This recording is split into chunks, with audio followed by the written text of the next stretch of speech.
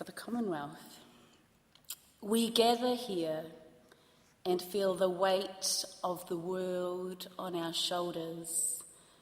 It does not feel like we have inherited Commonwealth, but rather common problems. And if we are to heed the words of poets, Ben Okri said yesterday, we have entered the garden of nightmares and wonders. The giants have woken and they are stirring. We need to be roused from the beauty of our sleep.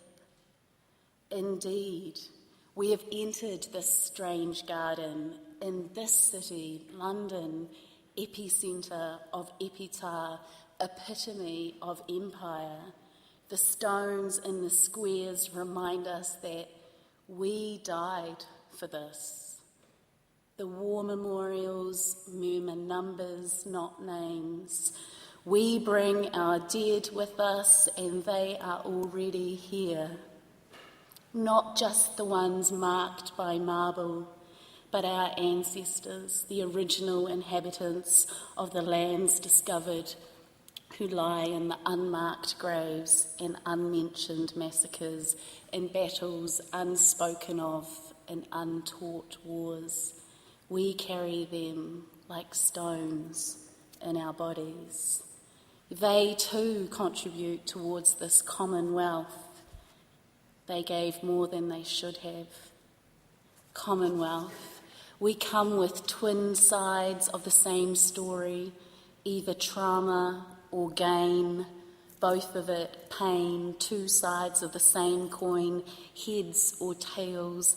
The head is the same on most of our money. The Commonwealth, it does not feel like riches, although we gather to speak of fairer futures.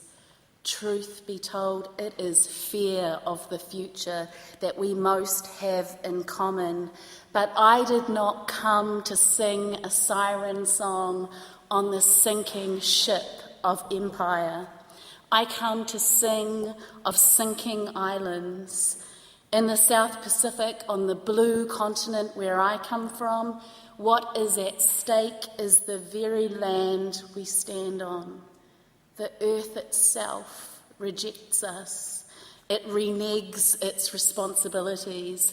It has retreated back into the deep. And if the ocean could speak in that choked, overheated throat, gagged with plastic bags in the way she once spoke to us, and we could listen, she would say, with too much salt on her tongue, she would say, rising with a surety we have never seen before, she would say, enough. If ever we needed to wake from our sleep and hear the call of the Commonwealth, it is now.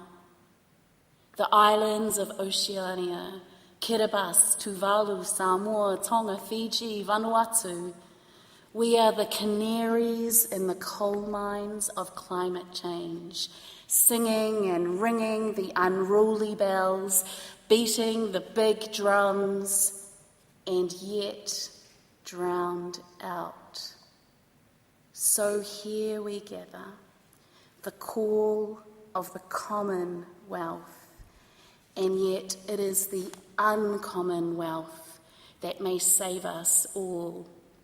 Although it was almost completely silenced in lost languages that were beaten out of the small mouths of children, it is there, answers in cultures that hold a wealth of knowledge, intergenerational meditations on what it means to be alive and what it means to survive, knowledge that evolved in certain sets of conditions, specific parameters of earth, sea and sky, each of us holding a long gestated piece of the puzzle of how to be human and thrive. It is a precious peopled offering. For when we are all thinking the same, no one is really thinking. It is knowledge retrieved in the ruins of our histories, in what is left of us, in what we have fought for. Ka whawhai tonu mātou ake, ake, ake. There lies the most precious offerings to the Commonwealth. It is the heart of who we are, how we see the world to be, our richest offering. Let us share.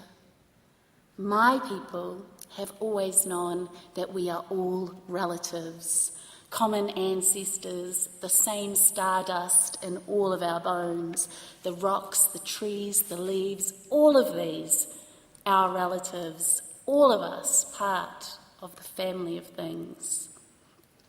Science seems to take such a long time to catch up. Richard Dawkins, the evolutionary biologist, can confirm the lettuce is our distant cousin. But the stories we live by have not changed. One ancestral word at a time, we are salvaging what has been savaged. These backward ways of being in the world that may take us forward, that wake us up to all that we are dependent on, that open our eyes as the giants sleep. If we were truly to reorient to life as relatives, Commonwealth would mean more than what we might cling to in the face of a dangerous and uncertain future. Let us not use the word Commonwealth to try and insulate fate with the soft fur of fine-feathered friends. No, let us spread our wings to a much wider vision than that. It may be the end of the world as we know it, but let us not fear the remaking of another one. And to our young people I say, there may be no jobs, but there is plenty of work to be done. Let us create an atmosphere of kindness and love, for even the air that we breathe, fresh water, trees, people, oceans, a house of dreams, a great place to raise a family. For what is at stake is the fate of an extraordinary family of relatives, where what we have in common is all of us.